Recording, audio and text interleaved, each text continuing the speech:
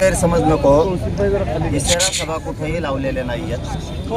नसता मग सोलापूर जिल्ह्यातच लावले असते तर मला रस्ते सगळीकडून भरलेले दिसले असते.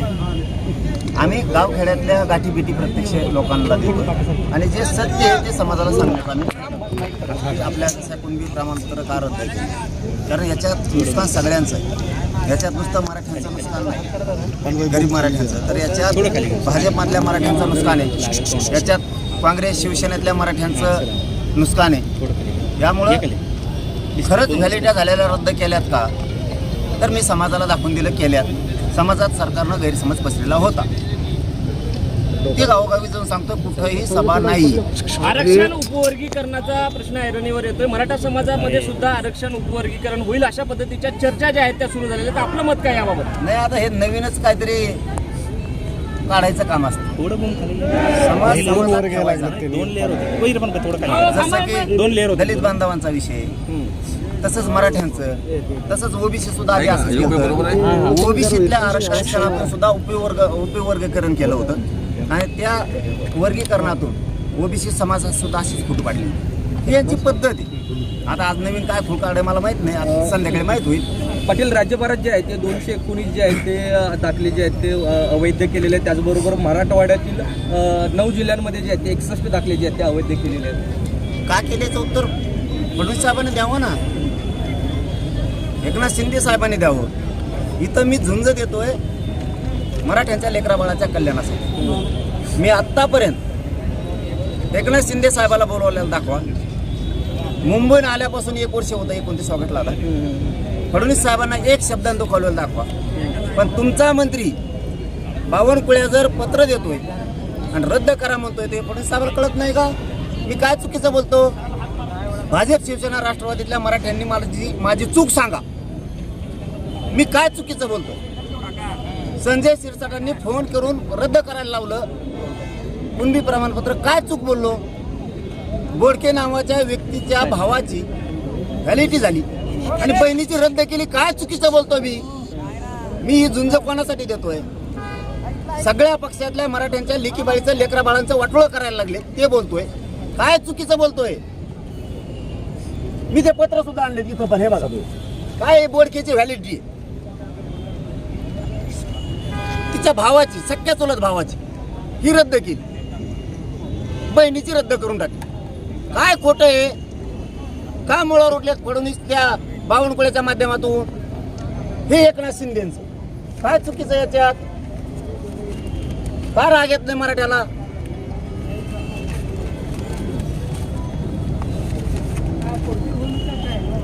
जात पडताळणी समितीचा निर्णय दहीहंड्याला प्रमाणपत्र द्या म्हणून व्हॅलिड कस काय रद्द होतं? दुसऱ्या दिवशी सकाळी रद्द होतंय कसं? बावनकुळेचं पत्र कुठे ते काय? कधी मीडियाला खोटं बोललो? मीडियाला सगळं सांगून करतोय. हे बावनकुळेचं पत्र, मराठ्यांच्या नोंदी रद्द करा म्हणून. फडणवीस साहेब काय चूक बोलतो मी? फडणवीस साहेबाला 1 वर्षात कधी बोललो नाही, कारण आम्हाला आशा होती फडणवीस साहेब आता मराठ्यांचं चांगलं करायला लागले. एक शब्द न दुखवलं नाही.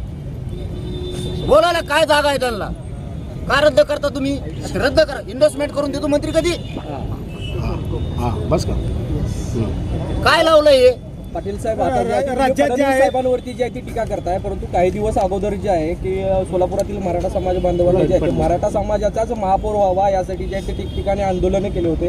आज तुम्ही त्याच महापौरांबरोबर जे आहे ते सार्वजनिक कार्यक्रमाला उपस्थिती दर्शवली. बघा, विषय भरकटायला नको. नाही, नेमका मेसेज काय द्यायचा तुम्हाला?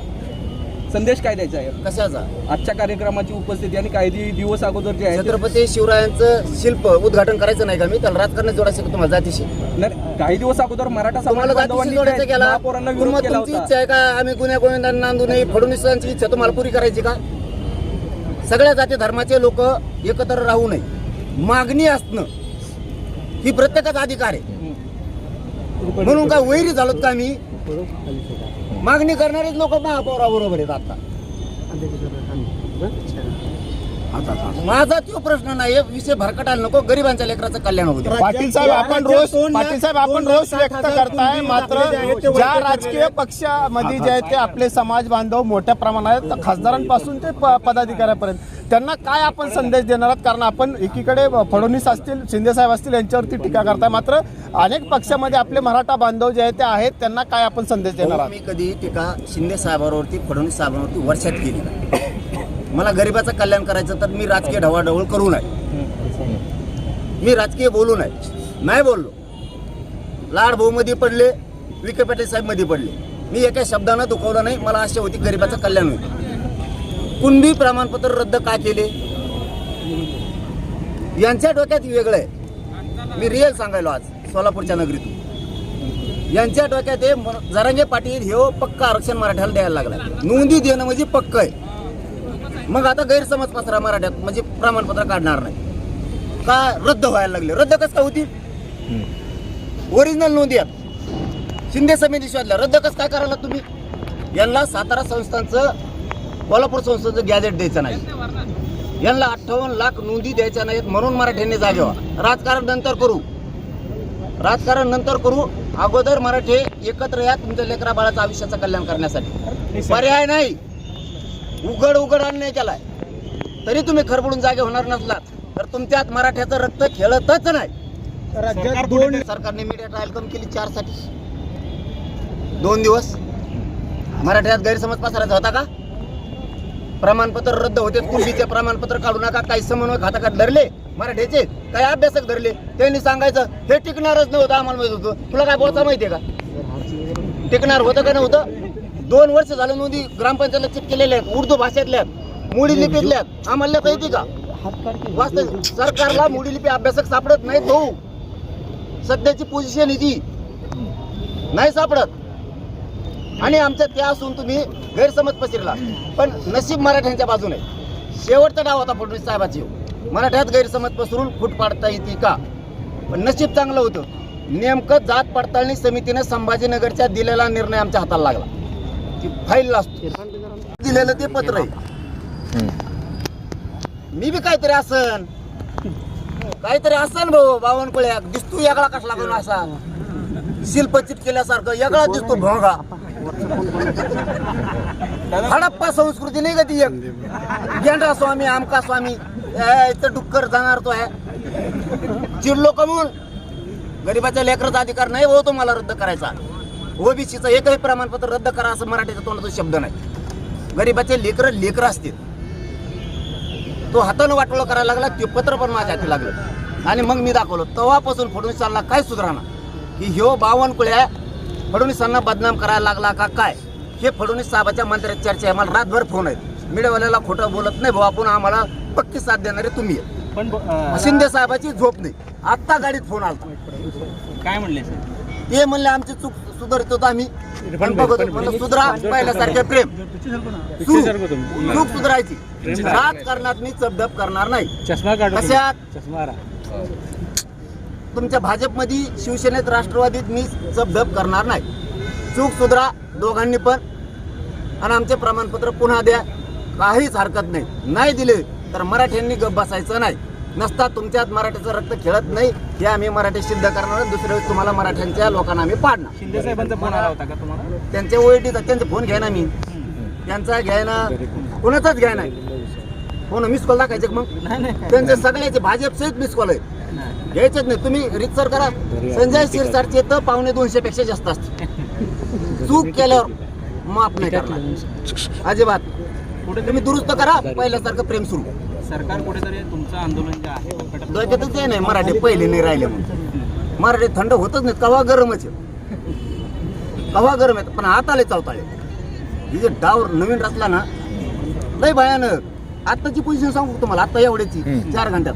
मला हे रात्री कळालं होतं, पाठ 5:30च्या टायमाला पाठ की देवेंद्र फडणवीसांनी सगळे डाव करून बघितले. आता शेवटचा डाव काहीतरी रॅलीवर हल्ला करायचा किंवा मला अटक करायची, याला कुठंतरी काहीतरी दगडफेक झाली पाहिजे, रोड बंदोबस्त काढायचा. ही पत्रकार आमच्या सोबत आहे. धाराशिवच्या बाउंड्रीपर्यंत रोड बंदोबस्त होता, तिथून पुढे रोड बंदोबस्त उठवला. मला रात्री कळायला सकाळी यशस्वी झालं. मी खोटं कधीच माहिती देत नाही. आणि तू अटक करायला कोण येणार आहे? तू नुसतं मग तुला मराठी काय असते सांगते ते बाकीचे भेटेत. ईडीचं भेव वाटतं, आमच्याचं भेव वाटतं. माझ्याजवळ काय घंटे ईडीला फिडीला तू नुसतं पुढून येईन, तू अटक करून दाखव, मग मराठ्यात तुला कळण राज्यात काय असतं. यांना काय झालं, यांना एक माझा आला, यांच्या डोक्यात एक शब्द गेलेला आहे, आपलं कोणी काही करीत नाही, बहुमताने आलो. त्यांना माहीतच नाही मराठ्यांनी निवडून दिलं. ते मुसलमानाच्या मागं लागले, त्यांना वाटलं आमचं कोणी काही करीत नाही. हे धनगराच्या मागं लागलेत, 15 वर्ष झालं फसिलंय, त्यांना वाटलं आमचं कोणी काही करीत नाही. मराठ्याला फसवलं, आता दलितांचं बंजारा समाजाला फसवलं, त्यांच्या डोक्यात खुटी. शेतकऱ्याला फसवलं. आता तुम्हाला दाखवतो, तुमच्या डोक्यात जे आहे ना, आमचं कोणी काही करू शकत नाही. आता मी दाखवतो तुम्हाला 29 ऑगस्टला तुमचं कोण काय करीत, यांना पळता भुईच कमी करतो बघा. तर फडणवीस काही पण करू शकते, पण त्यांना माहित नाही मनोज जरांगे काही पण करू शकतो आणि मराठे सुद्धा काही पण करू शकतो. अन्याय सहन करणारे अवलाद आमचे मराठ्यांचे नाही.